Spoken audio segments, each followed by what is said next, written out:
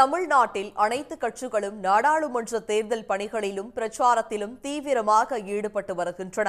India கூட்டணியில் விழுப்புரம், கடலூர் வேட்பாளர்களை ஆதரித்து முதலமைச்சர் மு.க.ஸ்டாலின் அடுத்த மாதம் 5ஆம் தேதி பரப்புரையில் ஈடுபட உள்ளார். இதற்காக கடலூர் நகராட்சி மைதானத்தில் செய்யப்பட்டு வரும் ஏற்பாடுகளை அமைச்சர் பொன்முடி ஆய்வு செய்தார். பின்னர் செய்தியாளர்களை சந்தித்த அவர் விழுப்புரம் மற்றும் கடலூர் திமுகவின் கோட்டையாக இருப்பதாக கூறினார். அதிமுகன்னு ஒரு கட்சி இருக்குதா? அதுவே எனக்கு சந்தேகமாக, அதுவே 5-6 உடஞ்சி போய் கிடக்குது. எங்கே கூட அவங்க ஓட்டி போடுற அளவுக்கு அவங்களுக்கு என்ன இருக்குது? திமுக என்பது தனி பலம் கொண்ட கட்சியாக இன்று தமிழகத்திலே வளர்ந்திருக்கிறது என்பதுதான் உண்மை. அதிமுக இப்போ 5-6 ஆகிப்போச்சு. இபிஎஸ் இருந்தது, ஓபிஎஸ் இருந்தது, அப்புறம் என்ன யார் டிடிவி தினகரன் இருக்குது, சசிகலா இருக்குது, இன்னும் எத்தனையோ இருக்குது அதில். ஆக அந்த கட்சி இப்பொழுது எங்கே போய்வினது என்று உங்கள் அனைவருக்குமே தெரியும்.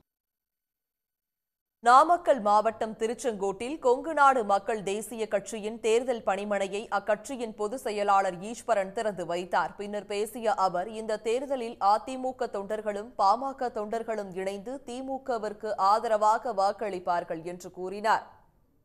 உதயசூரியன் ஜெயிச்சா மட்டும்தான் அதிமுகவை காப்பாற்ற முடியும், கட்சியை காப்பாற்ற முடியும். இல்லைன்னா கட்சி காலியாகும். சரி, ஏன்னா இதெல்லாம் முன்னுதாரணம் இருக்கு. எல்லா மாநிலத்திலையும் கூட்டணி கட்சிகளை காலி பண்ணிட்டாங்க. அதே மாதிரிதான் பாமக தலைகளா நின்றாங்க, பிஜேபி கூட்டணிக்கு போகக்கூடாதுன்னு. அப்ப அந்த கூட்டணிக்கு போட்டாலும் மோடிக்கு போடுறது, அதிமுகவுக்கு போட்டாலும் மோடிக்கு போடுறதுதான். அப்ப யாருக்கு போடணும்?